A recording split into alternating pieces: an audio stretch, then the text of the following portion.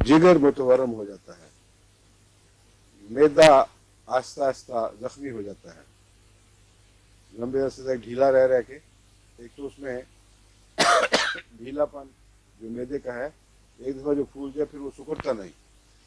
और ऐसे लोगों के, मर्दों हों या औरतें हों, उनके जो पेट बढ़ते हैं मैदा ढीला होने की वजह से, वो फिर वहीं ठहरते जाते हैं, फिर और बढ़ जाएंगे। उनके लिए डाइटिंग भी बड़ी मुश्किल चीज़ है, क्योंकि एक गोला जो सबसे ज़्यादा अहम है हिस्सा, वहाँ वो फिर भी रहता है, और मैदे के फूलने की वजह से है।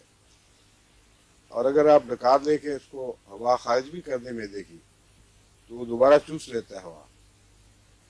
जो मैदा एक दफ़ा फैल जाए, उसकी ये मुसीबत है कि उसको इलास्टिक हो जाता है उस साइज में आके, उसको दबा भी दें तो फिर दोबारा वो हवा खींचता है।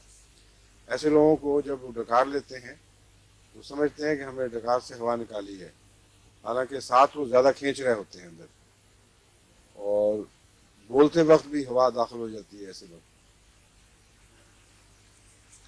जिगर मुतवरम हो जाता है। अज़ा का ढीले होने का मैं पहले बयान कर चुका हूँ।